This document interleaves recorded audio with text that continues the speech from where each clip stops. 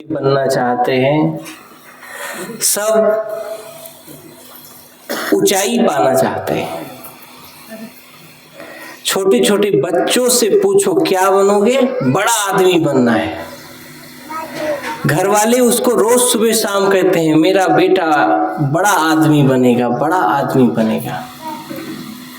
बड़ा आदमी होता कौन है, बनता कैसे है? सब बड़े हैं, कोई छोटा नहीं है। ऐसा नहीं कोई छोटा है, सबके अंदर वही सत्य, वही तत्व, वही परम चेतना सबके अंदर है, सब एक समान है। लेकिन कुछ लोग ऐसे कीर्ति स्थापित करते हैं जीवन में, ऐसे कार्य कर कि संसार दुनिया उनको अपने से अलग, अपने से महान, अपने से ऊंचा मानने लगती है। वो विचार है,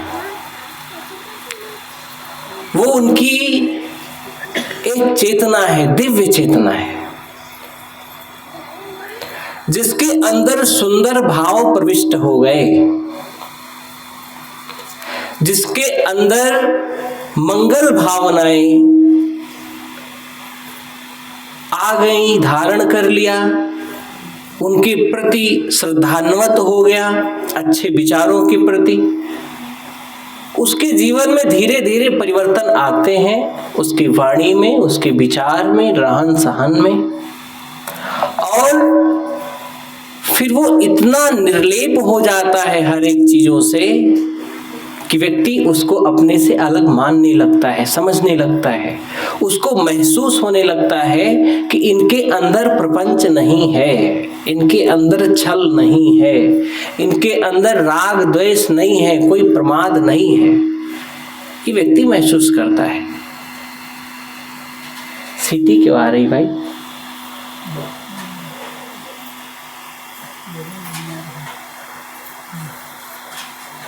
आज हम सब बड़े बनना चाहते हैं, लेकिन बड़ों लोगों ने धारण क्या किया जीवन में, आचरण क्या किया, उस पर विचार नहीं जाता है।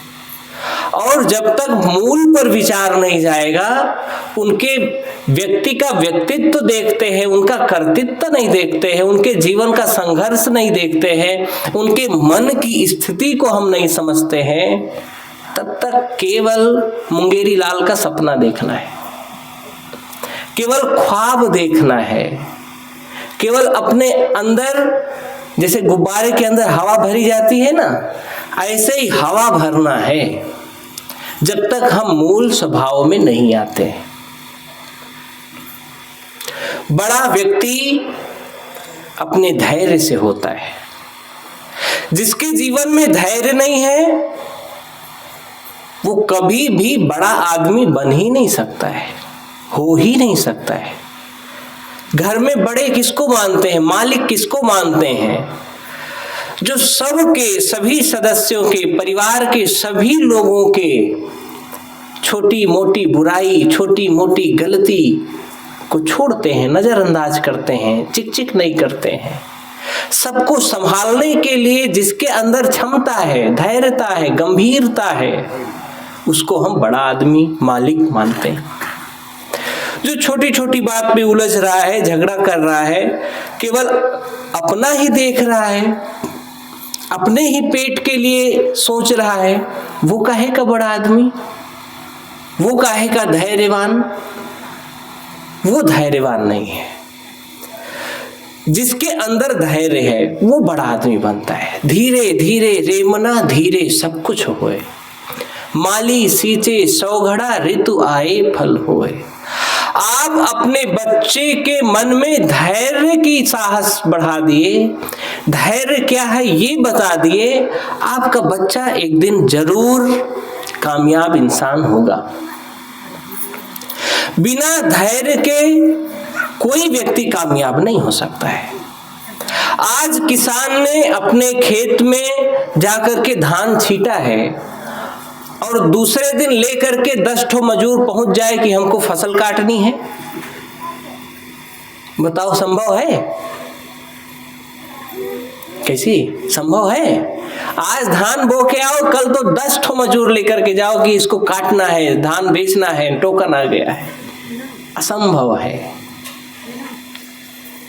जैसे हम धान लगाते हैं, फिर उसमें पानी देते हैं, खाद देते हैं, इंतजार करते हैं, उसकी निगरानी करते हैं कि कोई कीड़ा, कोई जानवर हमारे फसल को नुकसान तो नहीं पहुंचा रहा है, उस पर हम पूरे तन्मय होकर के निग्रह करते हैं, देखते हैं, उसके एक एक कोपले को भी झांकते हैं।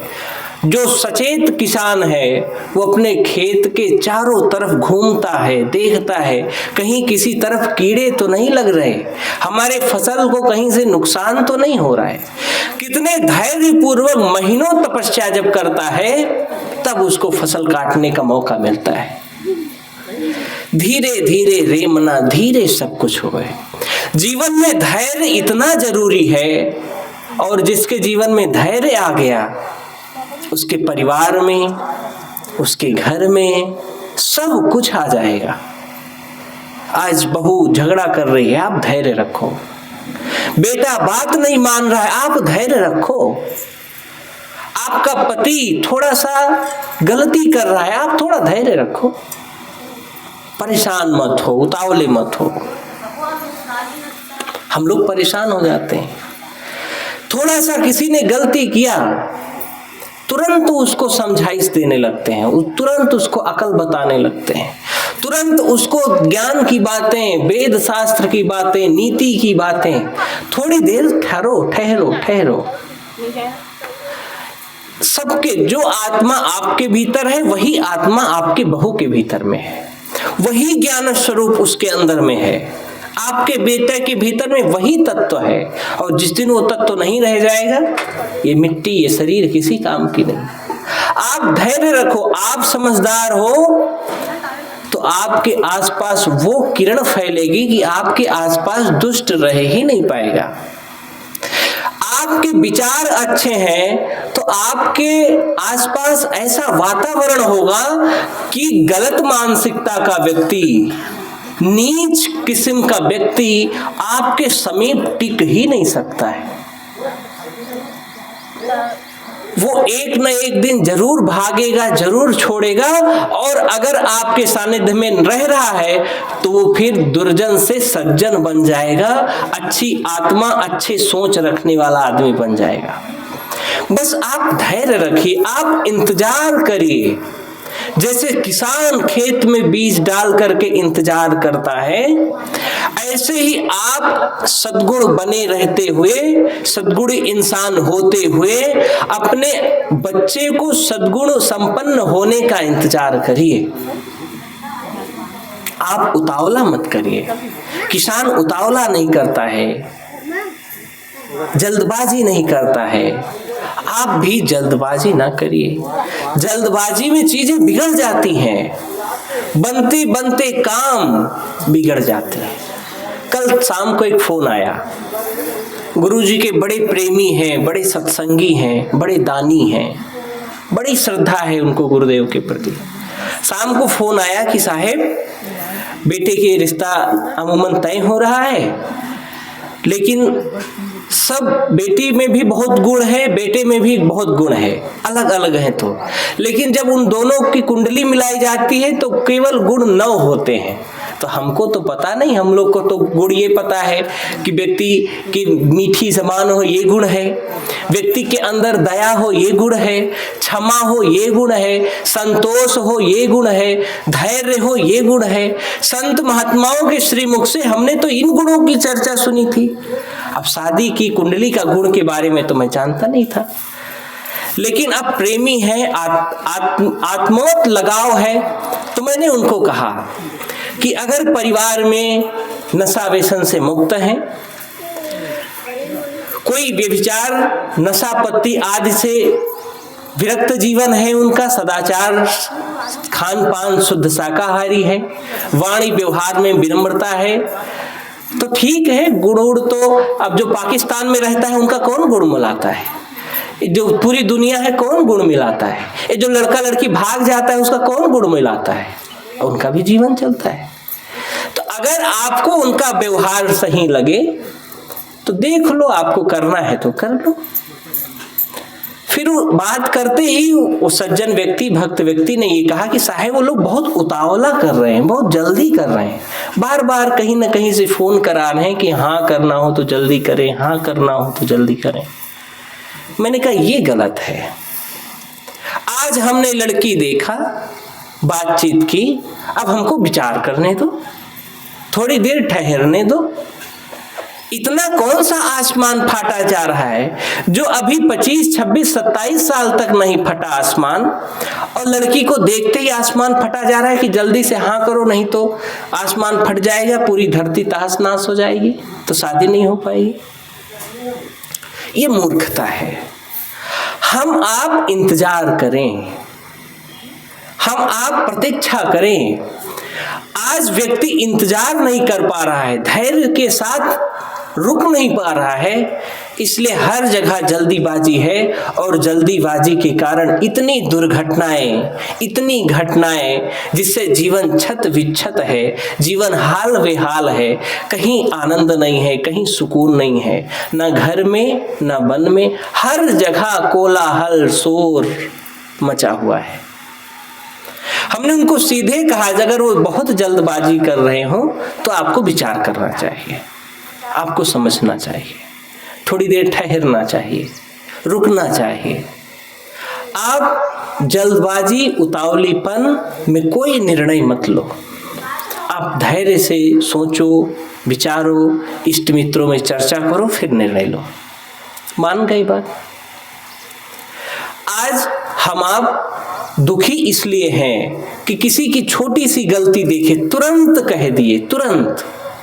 तो क्या हुआ? जैसे किसी को ज्ञान बताओगे तो उसके, वो भी तो ज्ञानी है। सास बहू को तुरंत टोकती है तो बहू तुरंत उसको उत्तर देती है, तब दरार पड़ जाती है, रिश्ते में दरार पड़ जाती है। सास को लगता है कि हमने इसके पति को जन्म दिया है, पाला है, पोसा है, दूध पिलाया है, बड़ा किया। सास को इस चीज का अहंकार है। बहू को ये लगता है कि मैं अपना मायका घर बार छोड़ करके इनके लिए आई हूं, डोकरी मोला गरियावत है, डोकरी मोला बखानत है, डोकरा मोला गलत निगाह देखत है कि सब्जी में ज्यादा तेल हो गए है, नमक ज्यादा हो गए, चुरचुर ज्यादा हो गए, छत्तीसगढ़ में ऐसे बोलते हैं ना। ये तमाम सारे द्वेष प्रकट हो जाते हैं। किस लिए? क्योंकि धैर्य नहीं है। एक गलती कोई किया है, थोड़ी देर रुक जाओ, उसके अंदर भी समझ है, बुद्धि है, आंख है, कान है, समझेगा, देखेगा। बहुत ज्यादा आपत्तिजनक ना हो तो टोकना नहीं चाहिए, एक दो बार छोड़ना चाहिए। घर परिवार तभी सुंदर होते हैं जहां बातें कम, समझ ज्यादा हो। व्यक्ति बड़ा वही होता है जो बोलता कम है, समझता ज्यादा है, सुनाता कम है, सुनता ज्यादा है, वो बड़ा आदमी है। हमने बड़े बड़े सेठों को देखा है, नहीं बोलते हैं, चुप रहते हैं, लेकिन ऐसी बात बोलते हैं कि सुन करके मन गदगद हो जाता है, उनके प्रति मन श्रद्धा से भर जाता है। जितना गुरु के प्रति श्रद्धा है उतना ही आस्था उनके प्रति हो जाती है, क्योंकि उनका जीवन श्रद्धा संपन्न है, धैर्य संपन्न है, समझ युक्त जीवन है, उलझा हुआ जीवन नहीं है, सुलझा हुआ जीवन है। जितने हम सुलझे होंगे हमारा विकास का पथ उतना ही तेज होगा, हमारा घर उतनी जल्दी तरक्की को पाएगा जितना जल्दी हमारे परिवार सुलझे हुए हों, समझदार हों, हमारा घर उतनी जल्दी उन्नति करेगा। लेकिन आज ऐसी दशा है, कोई किसी को समझना नहीं चाहता है, कोई किसी को जानना नहीं चाहता है, किसी के दिल की बात सुनना नहीं चाहता है। सब ज्ञानी होते जा रहे हैं, सब बुद्धिमान होते जा रहे हैं, किसी की बात नहीं सुन रहे हैं। जब हम छोटे थे तो हमारे क्लास में एक कहानी बड़ी सुंदर हम लोग पढ़े थे कि पंडित जी थे, और पंडित जी, जैसे आपका एक गांव है कोपरा, यहाँ से थोड़ा कहीं निकलते होंगे तो ये जैसे बगल में तालाब है, ऐसे ही बढ़िया सुंदर तालाब था, वहीं पर एक पीपल का पेड़ था और ब्रह्म बाबा का वहां थान बना हुआ था। यहाँ ब्रह्म बाबा मानते हैं नहीं मानते? हम लोग के उधर पीपल के नीचे मानते हैं कि ब्रह्म देवता रहते हैं, गांव की रक्षा करते हैं, उनको लोग लंगोटा चढ़ाते हैं, पानी चढ़ाते हैं। तो वो पंडित जी नित्य प्रति उनका नियम था कि वहीं पीपल के पेड़ के नीचे तालाब में स्नान करते, पेड़ के नीचे बैठ करके ईश्वर की उपासना करते, थोड़ा ध्यान करते, जप तप करते और कुछ दिव्य ग्रंथों का पाठ करते। एक सर्प आता था, रोज सुनता था उनको, और महाराज को जब कथा सुनता था, जैसे आप लोग सत्संग सुनने के बाद में अपने श्रद्धानुसार दक्षिणा देते हो, ऐसे ही वो रोज उनको एक मणि देते था। और पंडित जी बढ़िया उसको कथा सुनाते थे। वो भी जब सत्संग करते हैं तो जो सत्संग करता है उसकी आत्मा को भी तृप्ति मिलती है, संतुष्टि मिलती है, और जो सुनता है उसको भी संतुष्टि मिलती है, उसको भी पुण्य मिलता है। तो रोज नित्य प्रति वही उनका चलता था, एक मणि रोज सर्प देता था उनको। कुछ दिन ऐसा हुआ कि एक दिन महाराज को, पंडित जी को कहीं जाना पड़ गया और अपने बेटे से कहा कि देखो हमारा तो ये रोज का नियम है, लेकिन अब कारणवश जरूरी जाना पड़ रहा है बाहर, लेकिन अब तुम कल इतना काम कर देना, जाना तालाब के पास नहाना और बैठ करके थोड़ी देर ध्यान करना और कुछ पाठ कर लेना। तो कहा ठीक है। वो रोज देखता था कि पिताजी एक मणि रोज लेकर आते हैं। अब उसके मन में उधेड़ बुन था कि कहाँ से लाते हैं, पिताजी हमारे मूर्ख हैं, जब एक मणि रोज तो इकट्ठे ले आए जितना हो, क्यों रोज रोज का चक्कर पालना। यहीं पर खराबी होती है। कई परिवार हमने ऐसे देखे हैं कि बड़े ताऊ जी के बेटे नहीं हैं, तो जो भतीजे होते वो इतने उतावले हो जाते हैं कि जल्दी से हमको लिख दो, जो तुम्हारे पास खेत है वो जल्दी से हमको लिख दो, नहीं तो अगर ताऊ जी चले गए तो हमारी जो ताई जी हैं, चाची जी हैं, ये अपने मायके में दे देंगी। ये बहुत सारी घटनाएं आप सब जानते होंगे। और इसी उतावलेपन के कारण से मन में खटास हो जाती है, मन में दुराव हो जाता है, और जो व्यक्ति निसंतान है उसके अंदर असहनीय पीड़ा होती है कि जिनको हमने अपना समझ करके इतने दिन से पाला पोसा, पढ़ाया लिखाया, बड़ा किया, आज उसका व्यवहार, उसका लगाव हमसे नहीं है, हमारी संपत्ति से है। और आपको एक बात बता दें, अगर आपको इंसान से प्रेम है तो धन तो यूं आएगा, आपको पता नहीं चलेगा कहां से आ रहा है।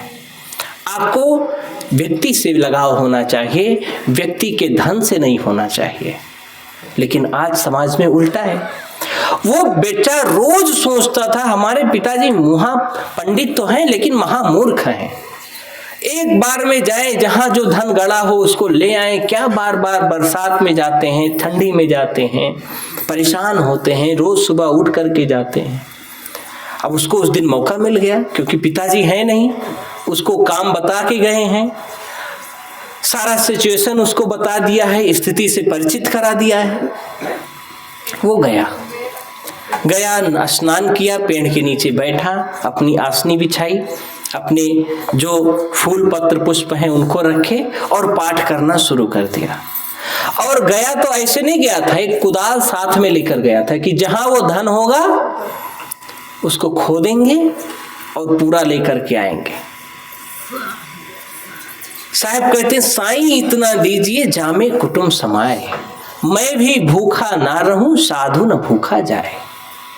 बड़ा आदमी बनके कहीं आसमान में जाना है, यहीं रहना है। और बड़े आदमी, संत कहते, मन तू छोटे बने रहो प्यारे, बड़ी खजूर में छाया नहीं है, छोटे बरगद हैं झलारे। जो बड़ा खजूर बड़ा हुआ तो क्या हुआ, जैसे पेड़ खजूर, पंथी को छाया नहीं, फल लागे अति दूर। ऐसे बड़प्पन से क्या मतलब, जिससे किसी का सेवा सहयोग ना हो सके, किसी का पेट ना भर सके, ऐसे बड़े होने से क्या मतलब। वो बच्चा इतनी जल्दी बड़ा बनना चाहता था, इतनी जल्दी अमीर बनना चाहता था कि उस दिन कुदाल लेकर गया, पाठ तो कर रहा है लेकिन वो यही सोच रहा है कि कौन एक असरफी देता है वो आ जाए। और जैसे ही वो सर्प आया, आते ही तुरंत उसने अपने बगल से वो कुदाल उठाई और उस पर हमला कर दिया और वहां पर खुदाई करने लगा। कुछ नहीं मिला। धन तो व्यक्ति के मन से मिलता है। जिसके मन को आपने जीत लिया है, फिर उससे चाहे आप किडनी निकलवा लो, चाहे गुर्दा निकलवा लो, चाहे हार्ट उसका ले लो, क्योंकि उसके मन को आपने जीता है। और जबरदस्ती आप कुछ नहीं पा सकते।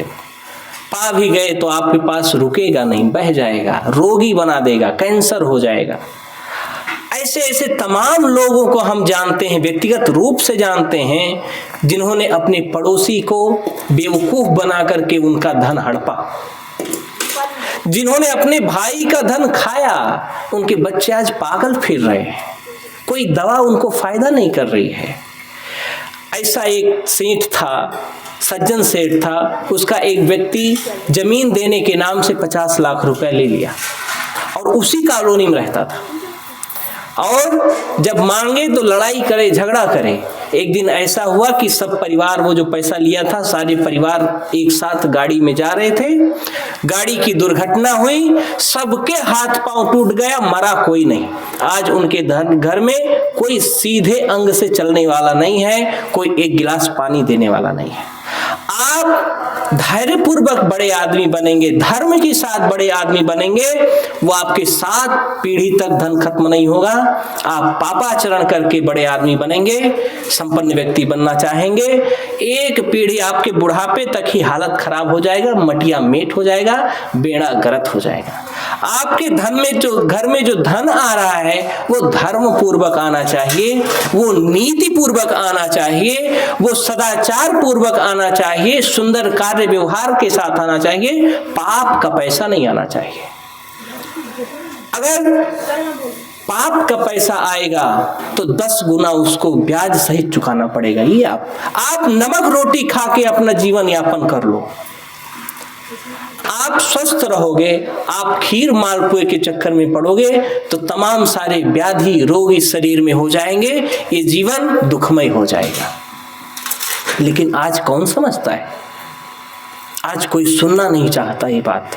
जो इस बात पर अटल है, जो इस बात पर टिका हुआ है, वो है सत्संगी।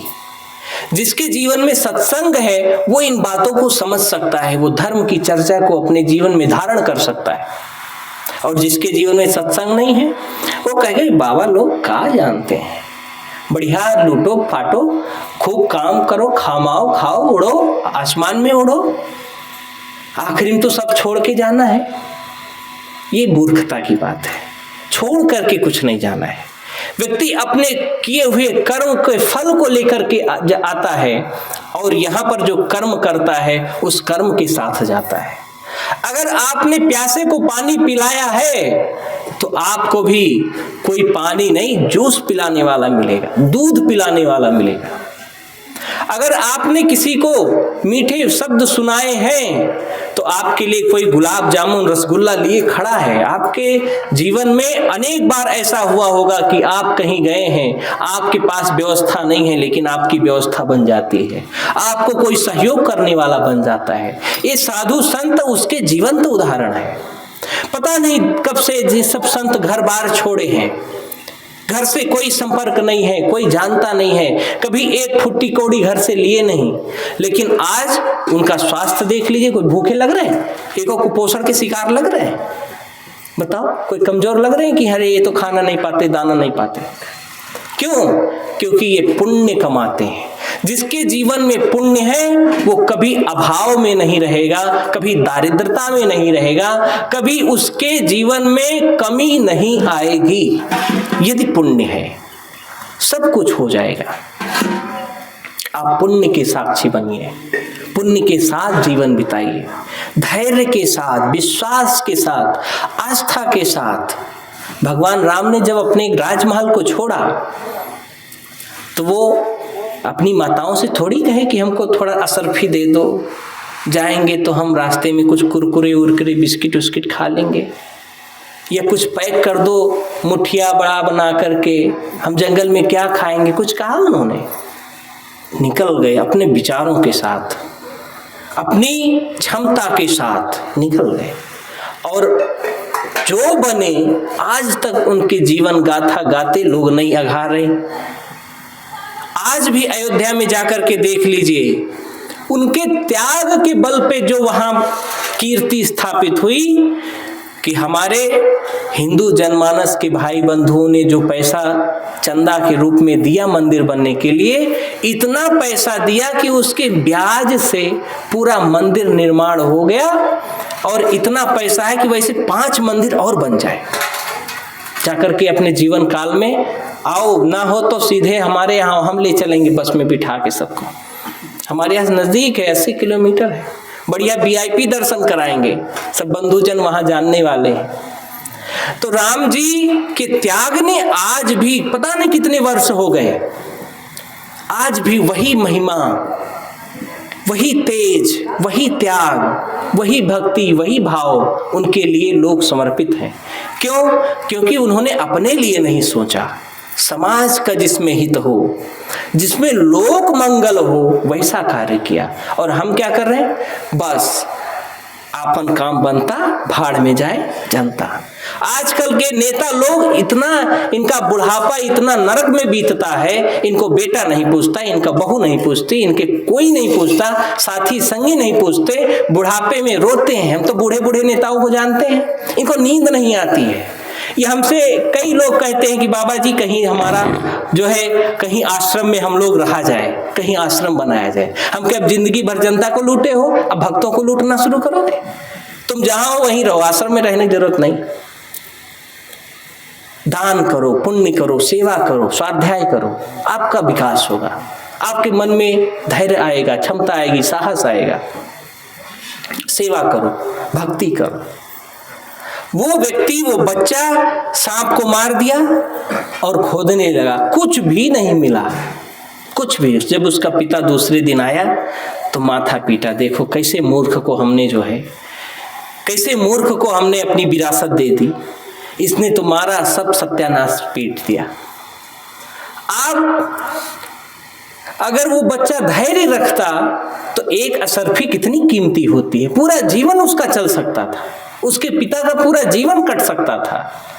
लेकिन उसने अपने जीवन में धैर्य नहीं रखा, और इसीलिए संत कहते हैं धीरे धीरे रे मना। आप धैर्य के साथ चलो, आपके जीवन में धन भी आएगा, जन भी आएंगे, सब कुछ हो जाएगा, कोई दिक्कत नहीं होगी। बस जीवन का मूल मंत्र रखो, धैर्य।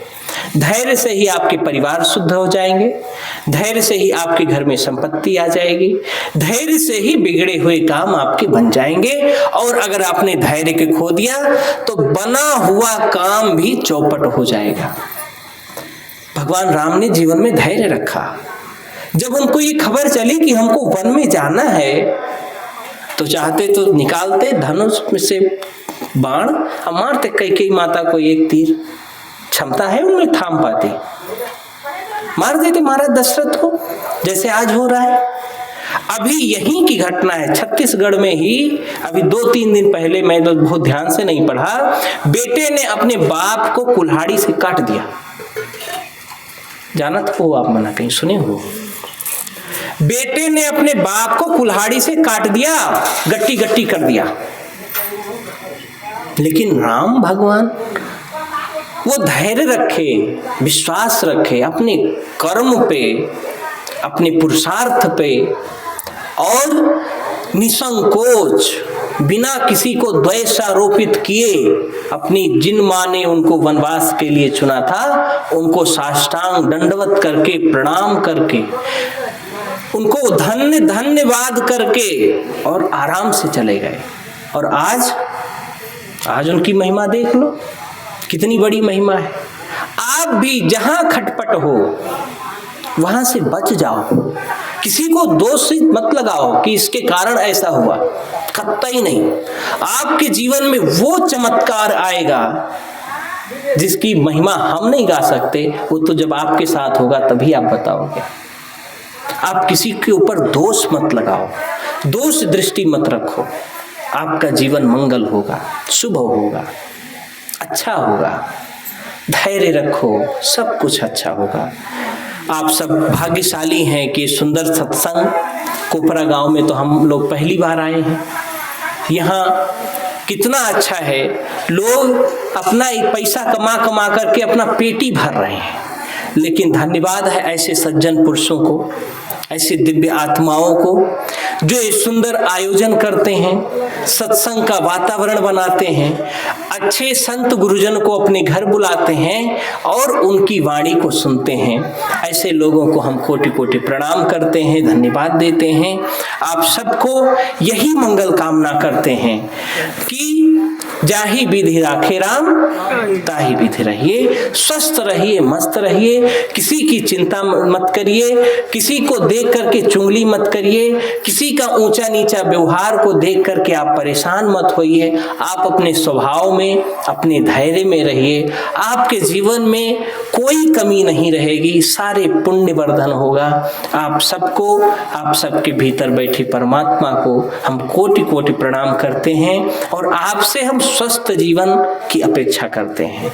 आप अपने मानसिक और शारीरिक रूप से स्वस्थ हों, निर्विकारी हों। इन्हीं भाव के साथ प्रेम से बोलिए सद्गुरु देव की।